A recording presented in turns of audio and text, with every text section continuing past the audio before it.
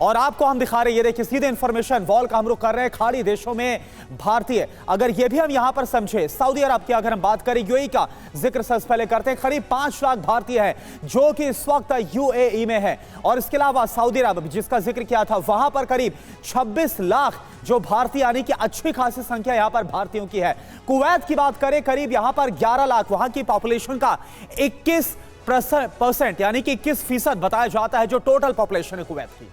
Oman में करीब 8 लाख भारतीय रहते हैं और ये भी एक बड़ी संख्या में। कतर की बात करें, करीब 8 लाख भारतीय कतर में भी रहते हैं वहां पर। और देखिए ज़्यादातर जो भारतीयों का नेचर ऑफ रेजिडेंस है वो वर्क फोर्स के तौर पे ही है। बहरीन में करीब 4 लाख भारतीय रहते हैं। तो ये हम वो आंकड़ा बता रहे हैं जो भारतीयों के इन गल्फ कंट्रीज या इन शहरों में रहने को लेकर है। और अब आपको दिखाते हैं कि 2024 में प्रधानमंत्री ने किन किन मुस्लिम देशों की यात्रा की। पहली तस्वीर इसी साल सितंबर की है जब पीएम मोदी ब्रुनेई के दौरे पर गए थे। इस दौरान उन्होंने क्राउन प्रिंस से मुलाकात की। वहीं साल 2024 की शुरुआत में पीएम मोदी यूएई के दौरे पर गए थे। इस दौरान उन्होंने अबू धाबी में BAPS हिंदू मंदिर का भी उद्घाटन किया है। तो इस तरह से प्रधानमंत्री की यात्राएं, इनका सिलसिला लगातार जारी है। सचदेव सर, अब सवाल ये है कि ये जो मुलाकातें हैं, ये जो नज़दीकियां हैं गल्फ कंट्रीज में और कुवैत को भी अब इंक्लूड करते हैं, भारत के लिए क्या क्या टेकअवेज रहे हैं और आने वाले समय में जो फ्यूचरिस्टिक पॉइंट ऑफ व्यू है, भविष्य के हिसाब से अगर हम देखें तो भारत के लिए क्या क्या गेन करने की इसमें पॉसिबिलिटी, संभावनाएं नजर आती हैं? मतलब बिजनेस के अलावा भी क्या और दूसरे एस्पेक्ट, आयाम हो सकते हैं? आप इस पे क्या कहेंगे? धन्यवाद। इसमें शुरुआत करने से पहले मैं एक टिप्पणी करना चाहूँगा। कुवैत की यात्रा में देरी होने की जो बात की गई है आपके द्वारा पहले, उसमें एक जो बड़ा फैक्टर आता है वो कुवैत की अपनी राजनीतिक समस्याओं का है। कुवैत के अमीर, पिछले 2 जो अमीर रहे हैं उनकी सेहत ठीक नहीं रही है और इस वजह से ज़्यादातर लोग वहाँ पर, विदेशी यात्री जो महत्वपूर्ण यात्राएं थी वो कुवैत में नहीं हुई हैं। तो भारत अकेला नहीं है जो कि कुवैत के साथ संपर्क करने में देरी कर रहा है। कुवैत ने इस बारे में पहल की है और उनके विदेश मंत्री भारत आए थे, जैसा आपको मालूम है, इस महीने के शुरू में। और उन्होंने प्रधानमंत्री को वहाँ आने का न्योता दिया था, जिसके वश वो जा रहे हैं। कुवैत और भारत के बीच में जो संबंध हैं वो काफ़ी गहरे रहे हैं। कुवैत में सन 61 तक भारतीय मुद्रा इकलौती मुद्रा थी, उनका अपना दिनार नहीं था।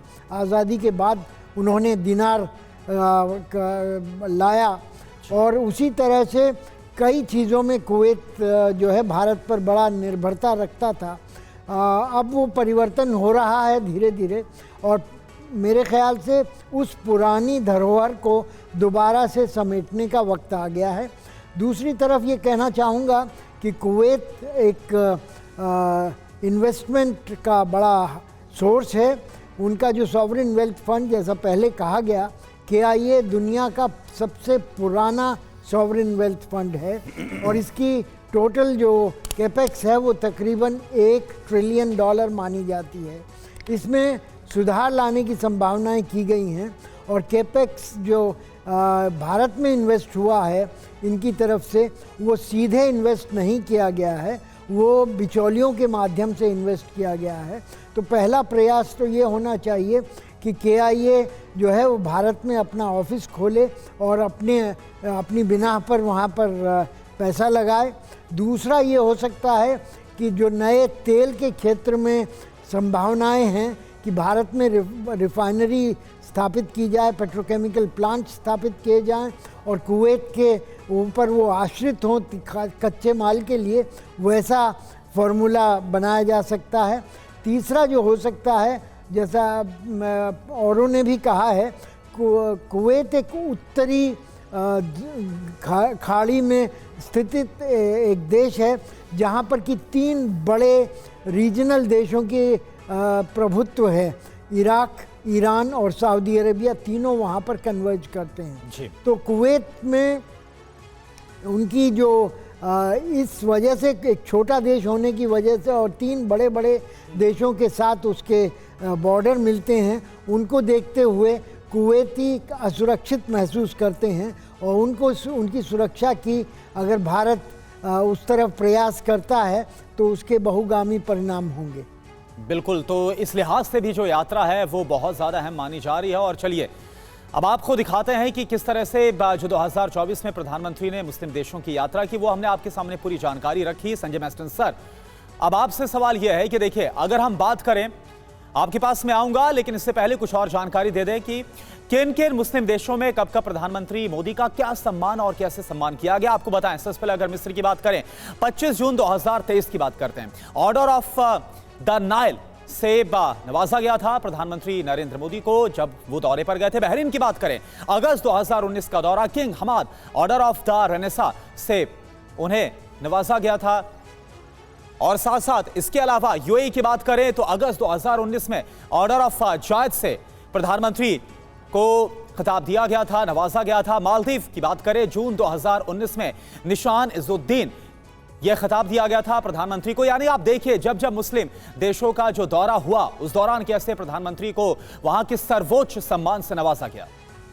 यूएई में देखिए 2019 में जैसा हमने आपको बताया, मालदीव में भी उनको सम्मानित किया गया, निशान इज़ुद्दीन से उनको सम्मानित किया गया। फिलिस्तीन में फरवरी 2018 ग्रैंड कॉलर से सम्मानित किया गया, उस सम्मान से उनको नवाजा गया। सऊदी अरब का भी हमने आपको बताया 2016 किंग अब्दुल अजीज शाह सम्मान से उनको सम्मानित किया गया। अफगानिस्तान 2016 आमिर अमानुल्लाह खान अवार्ड से उनको सम्मानित किया गया। हालांकि अफगानिस्तान की अब परिस्थितियां बिल्कुल बदल चुके, लेकिन उसके पहले जब प्रधानमंत्री को सम्मानित किया गया तब का हम जिक्र कर रहे हैं। और इस तरीके से जितने भी मुस्लिम देश हैं और जो यात्राएं प्रधानमंत्री की अब तक हुई हैं करुणा, वहां पर प्रधानमंत्री नरेंद्र मोदी का ये सम्मान हुआ है। बिल्कुल, और देखिए संजय मैस्टन सर, ये बताता भी है कि कैसे जो मुस्लिम कंट्रीज हैं, जो वेस्ट एशिया है, वहां पर जो भारत की धाक है वो बढ़ रही है। और ऐसे वक्त में, इस बैकड्रॉप में, क्योंकि लगातार हम जिक्र इसका बात का भी करना जरूरी है कि क्या हालात इस वक्त वेस्ट एशिया में, कैसे वहां पर लगातार कॉन्फ्लिक्ट हो रहा है बिटवीन द नेशन।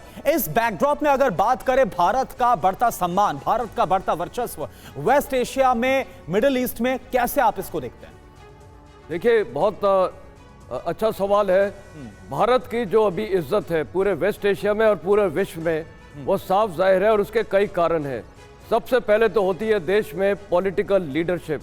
आज हमारी जो पॉलिटिकल लीडरशिप है उससे देश को एक पॉलिटिकल स्टेबिलिटी दी है और हमने पॉलिटिकल लेवल में बहुत बड़े बड़े काम किए हैं, जैसे G20 की लीडरशिप, जिसमें अफ्रीकन यूनियन तक को हमने शामिल कराया था और सबसे एक सक्सेसफुल G20 लीडरशिप हमने की थी। साथ ही जो इंडियन इकोनॉमी है, क्योंकि देश की इज्जत बढ़ती है जब हमारी इकोनॉमी बहुत बढ़िया होती है। आज हम एक इकोनॉमिक माइट बन रहे हैं और 2047 एज पर द विकसित Bharat will be the third largest economy in the world. तो वो भी एक बहुत बड़ी अहमियत वाली बात है कि इंडिया की एक प्रभाव। तीसरी है डिफेंस। इंडियन डिफेंस का बहुत एक माइटी है। हमारी डिफेंस कैपेबिलिटीज़ की पूरे विश्व में बहुत मान है, सम्मान है। और साथ ही जो हमारी डिफेंस आत्मनिर्भर भारत है, जो हम लोग प्रोडक्शन कर रहे हैं, इंडिजीनस हथियार बना रहे हैं, एम्यूनिशन बना रहे हैं, उससे हमारे एक्सपोर्ट्स बन रहे हैं। तो ये जो तीन मेन स्टेबिलिटी चीज़ें होती हैं, इकोनॉमी, डिफेंस और पॉलिटिकल लीडरशिप, वो विश्व में एक हमने बहुत बड़ा प्रभाव पड़ा है।